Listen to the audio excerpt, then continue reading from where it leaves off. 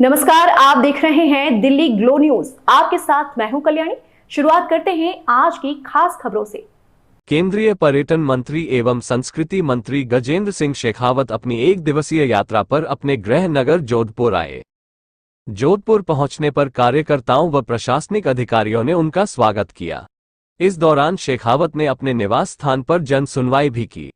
पत्रकारों से बात करते हुए उन्होंने कहा कि भारत में स्काई डाइविंग की सुविधा उपलब्ध हो, इसके लिए हरियाणा सरकार के साथ मिलकर यह कार्य शुरू किया गया है। भारत में पहली बार निजी रूप से इसकी शुरुआत हुई। उन्होंने कहा कि आने वाले दिनों में भारत में इस क्षेत्र में और प्रगति होगी। उन्होंने हाल में ही राजस्थान सरकार द्वारा पेश किए गए बजट पर बोलते हुए कहा कि मोदी जी के विकसित भारत के संकल्प को पूरा करने वाला, राजस्थान का विकास करने वाला बजट पेश किया है। उन्होंने कांग्रेस पार्टी व विपक्ष पर निशाना साधते हुए कहा कि वह झूठ बोलकर लोगों में भ्रम फैला रही है। भारत में लंबे समय से इस तरह की फैसिलिटीज़ बने, इसके लिए प्रयास किए जा रहे थे, लेकिन कुछ व्यवधान, कुछ बाधाओं के चलते नहीं हो पा रहा था। हरियाणा सरकार के साथ मिलकर के स्काई हाई टीम ने यह फैसिलिटी भारत में शुरू की।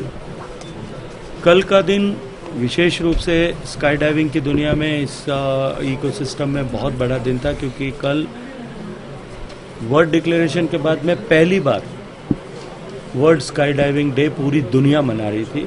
एक नया कीर्तिमान रचा जाना था, जिसमें दुनिया में लगभग 300 से ज़्यादा जगह पर इस तरह के खेल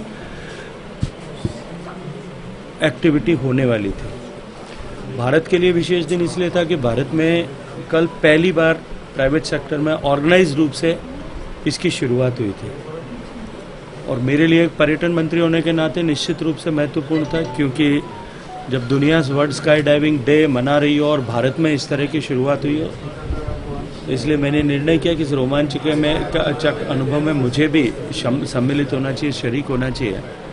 और निश्चित ही मैं देखता हूँ कि आने वाले समय में भारत में इस तरह के केंद्र और बनने के साथ ही भारत में इस दिशा में एक विशेष प्रगति होगी और भारत के पर्यटन को बढ़ावा देने की दिशा में इसके कारण से बहुत बड़ा उछाल है। सरकार ने जिस तरह से बजट प्रस्तुत किया है, वो राजस्थान के सर्वांगीण विकास के लिए जो है समर्पित बजट तो है ही, लेकिन साथ साथ में माननीय प्रधानमंत्री जी की जो परिकल्पना है कि 2047 तक हम भारत को विकसित भारत बनाएं, और विकसित भारत बनाने की आधारशिला एक तरफ इंफ्रास्ट्रक्चर है, दूसरी तरफ इकोनॉमिक ग्रोथ है।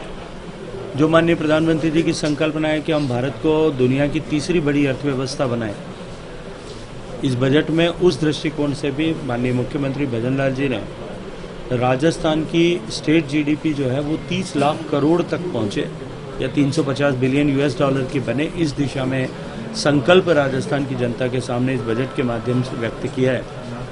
बजट राजस्थान के हर तबके को कहीं न कहीं किसी न किसी तरह से छूते हुए हर विधानसभा में कुछ न कुछ प्रगति का काम, विकास का काम हो।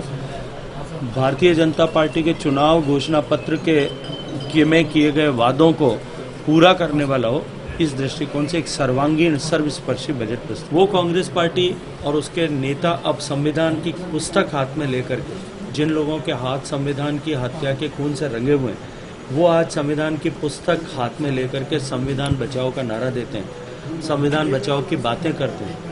इस तरह के झूठ बोल करके, झूठा नैरेटिव फैला करके इस विधानसभा चुनाव में कि आरक्षण समाप्त हो जाएगा, इस तरह का झूठा नैरेटिव क्रिएट करके वर्तमान की सरकार एक संप्रदाय और वर्ग विशेष के विरोध में काम कर रही है, इस तरह का झूठा नैरेटिव फैला करके सबका साथ, सबका विकास, सबका विश्वास, सबका प्रयास, इस संकल्प के साथ में देश को विकसित करने के लक्ष्य को लेकर काम करने वाली सरकार की बेवजह आलोचना करने का काम करती है और लोगों के बीच में एक झूठ परोसने का और 100 बार झूठ बोल करके उसको सच्चा साबित करने की कोशिश करती है। लेकिन हम सब ने देखा कि देश की जनता ने परिपक्व मानसिकता का परिचय देते हुए एक बार फिर तीसरी बार पूर्ण बहुमत के साथ एनडीए को सरकार बनाने का सौभाग्य